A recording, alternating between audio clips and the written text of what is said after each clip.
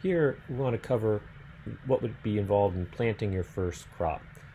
I'm Bill Walton. I'm with the Auburn University Shellfish Lab, and I'm going to cover a little bit of what you should do, what you should be considering as you think about getting seed. I know that seed and advice has been covered elsewhere, but just to review quickly, buy from more than one supplier and at different points in the season if you can. I do like to know the spawn date. For me, that is one way to keep track of actual growth to harvest. So I think that's a reasonable question to ask your supplier. Check your counts right away. Certainly we've seen disputes, and it's much easier to resolve those if you get a count right away and not worry about it a couple weeks after they've been in the water at your farm. Buy a bit more than you need to allow for loss. We can certainly talk about what expected survival might be, but these numbers can be all over the place. Certainly my personal guideline for myself is if I'm seeing more than 30% loss, that I need to be thinking about the site or what I'm doing or my seed, that there's a problem there. Do not overbuy and get jammed up though. So there's one way to do that is be willing to discard your extra seed as you go. That is very difficult to do. You may find that there's a secondary market for that seed though, as long as you're following the regulations. And I would recommend seeing Jeff Flimlin's How to Buy Clam Seed Without Getting Shucked. Has a number of excellent pieces of advice for buying seed. So what are your nursery options for seed? This is your first crop, right? What are you going to do with it? Well, one of the things you have to do is you have to get very small seed, which can be as small as 0.75 millimeter mesh actually, and get them to harvest. How do you do that? And so one way we do that is in a nursery. The advantage of a nursery is you can raise seed at fairly high densities. One of the disadvantages is they're very vulnerable to predators or loss due to sloppy handling. You can see the seed in that picture that if you're not careful, it'd be easy to lose quite a bit of those.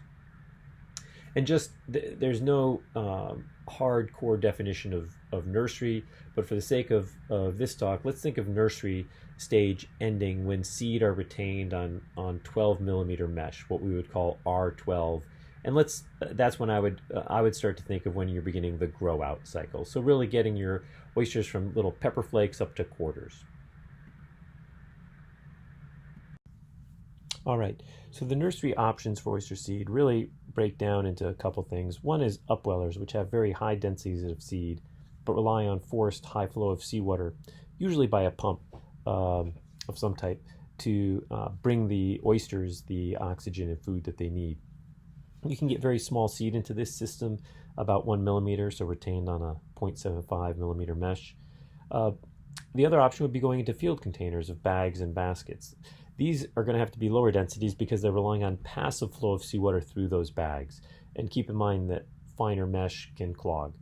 You can get those typically as small as R2, retained on a 2 millimeter, is the usual solution for that.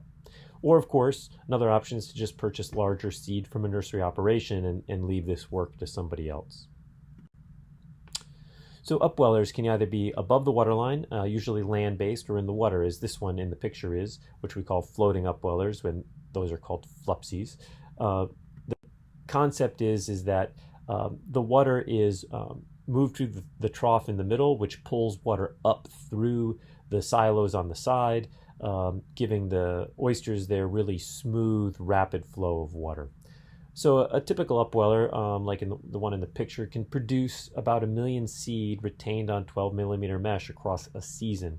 But what that's doing is requiring regular grading through the season. As those oysters grow, you're getting the larger ones out and leaving more room for the other ones that are there to continue to grow. You do have to clean the seed in the silos regularly. It runs on an axial flow pump, so those are relatively low electric costs, and high flow is the key, and I've seen numbers that ideally you're looking for something like 100 gallons per minute per silo. Purchase turnkey, I'm putting in a ballpark number here, don't quote me on this, but something like $12,000 for a floating upweller like this. There are also other solutions like upwellers above the waterline. These silos can be built relatively inexpensively. They still do require regular maintenance of seed and silos. Note that in this case, the water is being pumped to each of those silos individually. So it's a little bit different than the Flopsy. Upwellers can also be above the waterline. Upwellers then can be put indoors where there's shelter. They can also be built out of fiberglass. And note that the silo shape varies. Those can be square, they can be round. There's a number of options for that. And one of the newer innovations are these bottle nurseries. And so you can see very high densities of seed getting put into these narrow containers and then having very high flow through them. So you can see so the water is coming up through the bottom, and you can see it's almost like a conveyor belt of seed moving through as the seawater flushes through that system.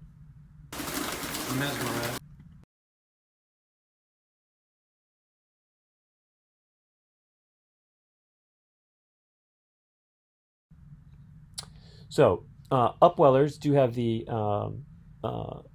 requirement of being tended. All upwellers have water and food and oxygen come up and go past the seed, but that means you're going to have to do frequent tending because the seed are at such high density. Personally, when I have had operated an upweller, I washed my silos and seed at least every other day, and I have found that in richer waters like we have here at the Auburn University Shellfish Lab, that honestly, that's every day, and in some cases they're actually getting rinsed twice a day. I won't go through these videos, but there are some videos out there that will show you how to build power silos, the Supan power silos, so you can take a look at that. And then if you're interested in very large scale floating upwellers, paddle wheels are incredibly impressive designs for upwellers. One thing I should note is that in the Gulf, I had, when I first moved here and started doing work, I was very excited to get a floating upweller deployed, and some colleagues noted that putting out a floating upweller is another thing to worry about during hurricane season. So it's another thing and that's an excellent point. You do need to consider that. So what are the other options? You've got these seed, and maybe you don't want to do an upweller. What else can you do? Well, you can raise them in fine mesh bags, and so you can see here, this is almost like it's much finer than an onion mesh bag, this mesh, and you can see a coin there to give you an idea of scale. Be aware, yes, you can do this, but small seed are easy to lose out of even very small holes. So if you get a tear in the corner of this basket from a crab or where it's rubbing on the wire, you can lose large quantities of seed. The other thing we've seen is that fouling is much faster on fine mesh. So this mesh will clog very quickly. And I didn't put it in the slide, but the other thing we've noted is that it needs to be spread out. That fine mesh like this, when the water hits this, it almost sees it as a solid. So the bag, at a mesh like this, to ensure that flow is going through that, some people make sure that the bags are stretched out across the whatever frame they're on, so that flow tends to go through the bag instead of around the bag. All right, so one of our options is using a floating cage system. So like something like, for example, an oyster grow or a Raptec cage. We have used this system, and it's routinely grading and moving to a new mesh. So I've thrown in some dates here. Let's say it's a May 1 spawn. We typically will have seed that retain on 2mm mesh by about June 15th. So that's about 6 weeks later. We will put those, and you can see the red arrow, we'll put those into a 1.5mm mesh sleeve, and we'll put about 10,000 oysters into that sleeve, which will then get deployed. And note that this would work with any other container system. That we have just chosen to use the floating cage system. And so this is what that looks like. Remember, the picture on the left is about 10,000 oyster seed in a 1.5mm bag. Sometimes we've put that in right into a cage. Other times we've put that into another Vexar bag to help protect the ends of the bags. I know that can reduce flow, but we didn't want to lose any seed. And then we'll let them float. All right. So about 2 weeks later, so we're around July 1st in this hypothetical example, the seed will mostly retain on a 4.5 millimeter mesh. And so we can put them into a 2 millimeter bag, and that's the bag in the middle there. So we've brought these in, we've dumped them out. They're large enough that they can go into that 2 millimeter bag, and we'll cut the densities in half. We'll be only putting about 5,000 seed into that bag, and then goes back out into the field. Another 2 weeks go by, so we're around July 15th. We bring those bags back in, and most of those seed will retain on 6 millimeter mesh, and so they can go into a 4.5 millimeter bag. Note that we do that these larger seed, we don't try to put them, even though they retain on 6 millimeter, we don't put them in 6 millimeter because they would tend to grow into that. So we're actually putting them in a mesh size down. We're also cutting the densities in half again, down to 2,500 seed per bag. Importantly, and contrast this to the upweller system that we were using. Up to this point, so from May 1st to about July 15th, we've had zero maintenance between gradings and rebaggings. So we haven't had to do any work associated with that. It's really just bringing the bags in, dumping out the seed, splitting them in half, and putting them into new bags. By the way, the old bags that you have will be very clogged up and very fouled, and those will need to be cleaned, but they did the job they needed to do. When we think about splitting and desiccation, so after about 2 more weeks, we're at about August 1st. The seed will have gotten larger, and we're going to split the densities in half. We're not going to change the mesh size. We're going to use the same mesh size, but we're going to drop the densities in half. And it is this point that we actually begin weekly desiccation of seed. So we've let those oysters really establish and get some size on them before we start doing the desiccation. So to grow out. So by August 15th to maybe the end of the month, remember these respond on May 1st, seed will now retain on 12 millimeter mesh in our experience. So these can be put into 9.5 millimeter bags. And we actually do use those through growout if properly maintained. Some growers opt to keep moving oysters up onto larger meshes. You can, and that certainly may make a lot of sense if you're trying to optimize growth. You do have a decision now if you want to get your R12 seed at your final growout density, 150 per bag is what we typically use, or keep them at higher densities, which would be no more than the 1,250 that you had in the nursery bag that you had, and they can't be kept there for very long. They're gonna start to grow. I should point out that obviously, if you put more animals in, you're going to have to do more splits along the way. It would be tempting to maybe just put the final growout density into bags. You can do that. Be aware, though, that we have seen some sites where stocking at very low densities can actually reduce growth rates. Our suspicion is that some of the sites that have a lot of wave action, that the oysters are moving around so much in the bag, they're not getting a chance to grow. So do base that on what you do see other people doing and what you actually try and experiment with yourself. All this guidance that I've just given you is really just a hypothetical guideline as a starting point for you determining what would work at your site. So looking back, what would you need for that, in terms of gear? Well, June 15th, you needed 10 1.5 bags and 2 of those 6-pack cages.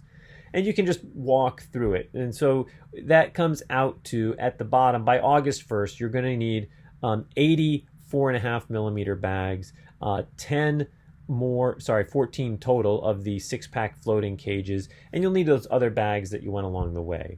When you do the math on that, that comes out, depending on current prices for bags, that you might be spending $500, $600, maybe a little bit more on bags, or about $5,000 to $6,000 for bags for 1 million seed. And we just put that together to give you an idea of what the cost might be. So for every 100,000 oyster seed by August 15th, if you were going to your final growout density, which again, I don't necessarily recommend, and assuming 96% survival and retention, and by the way, I'm not saying you will get 96% survival and retention. I don't think that's likely. That would be phenomenal.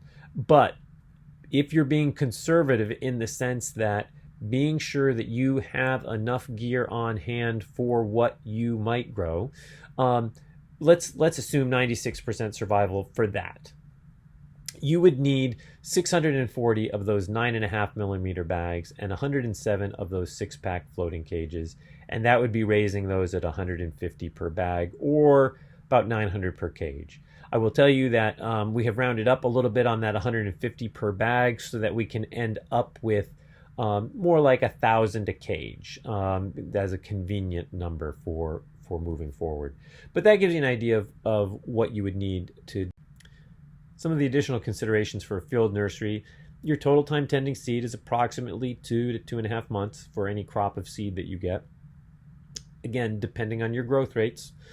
You have minimal maintenance between those gradings, but you do require some power washing of the bags after use. Here we're actually washing some of those long line baskets, but you can see you're going to have to clean those up afterwards. So comparing your growth and survival of that first crop in terms of thinking of a field nursery versus an upweller. Personally, I've seen sites where field nurseries outperform upwellers. I've also seen cases where upwellers outperform field nurseries. And I don't know if that's due to differences in handling or differences in the food and the water. So honestly, either method can give you very high growth and survival. And I recommend that you think about evaluating what others are doing and seeing what kind of performance they've gotten and what solution fits your farm best. Some of the things to consider: upwellers tend to be convenient. You can control the flow even in a low flow environment. So often you're able to sort of drive your truck up and get out and work your upweller in many cases. Some of the negatives are you do have a power bill, even if it's not that large. You do need to get the upweller moved for storms, and they can be expensive to build. I should have pointed out that we always recommend having a second pump on hand in case there's a pump failure.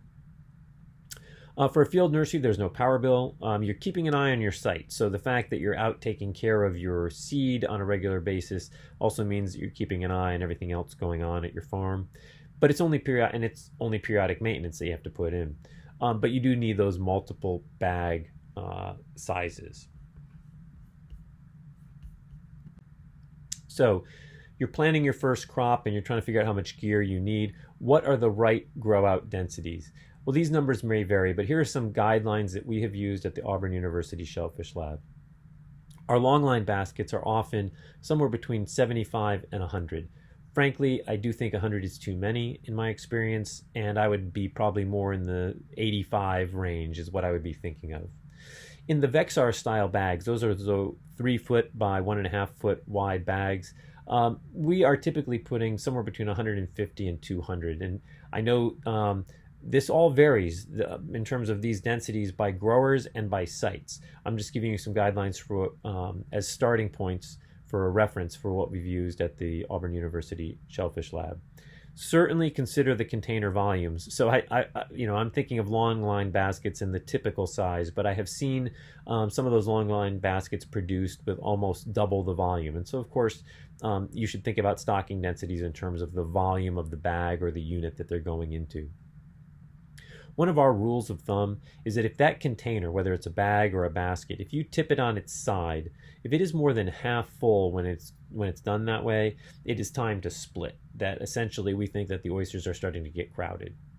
Some of the signs of being too crowded, one of the first signs that you'll see is that you'll start to get very large oysters and very small oysters in the same bag. You're starting to get, I think, what are sort of winners and losers in the bag.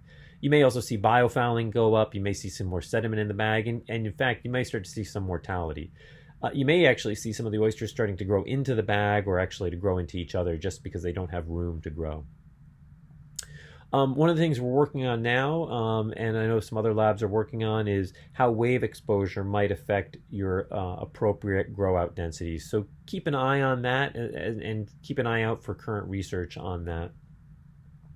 And your density does affect things like your growth rate, obviously, your survival in extreme cases, your consistency, and maybe even things like your biofouling and whatnot. So do test different grow out densities and find what works best for your gear at your site with what you are trying to accomplish.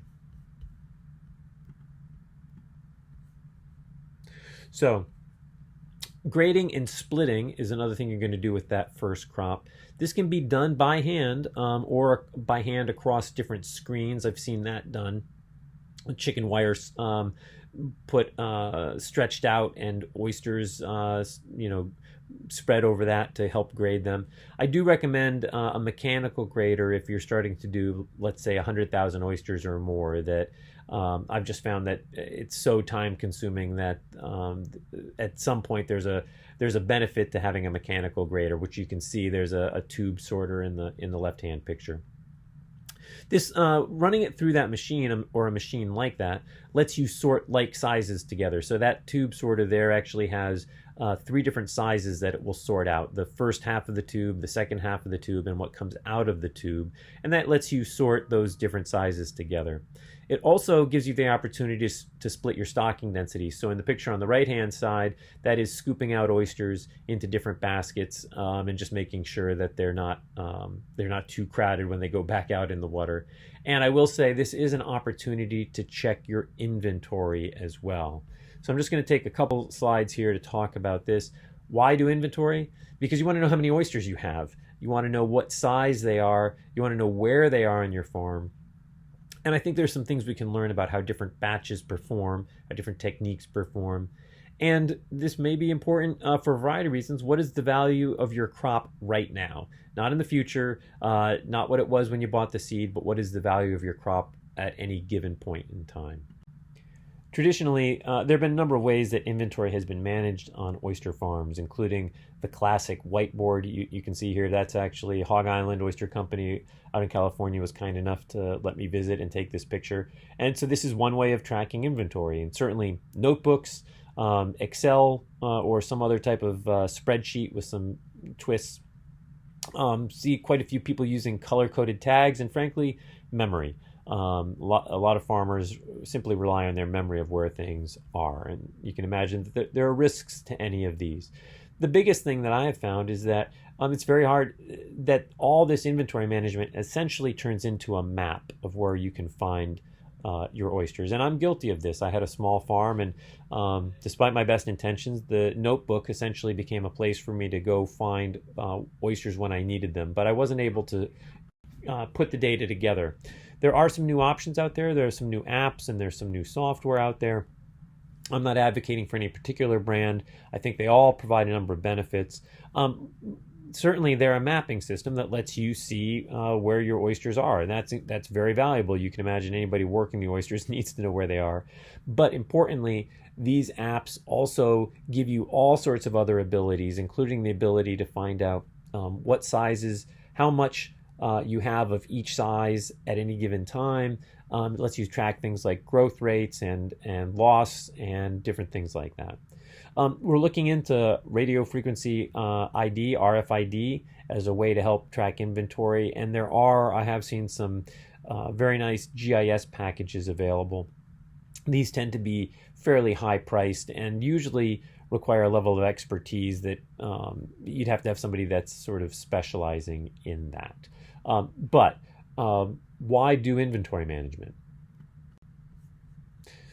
Because you're better informed about your crop management. You can make better decisions knowing what's there. You can improve your production. You can be more efficient.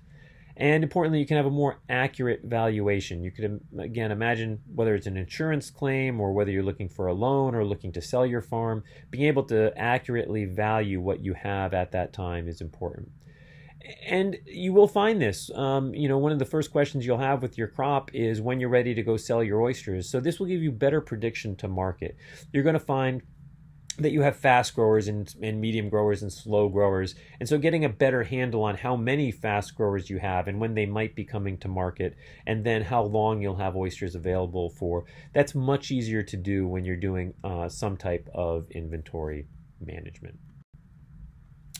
So your second crop and onward, as you go through your first crop, you're going to start considering multiple orders of seed per year.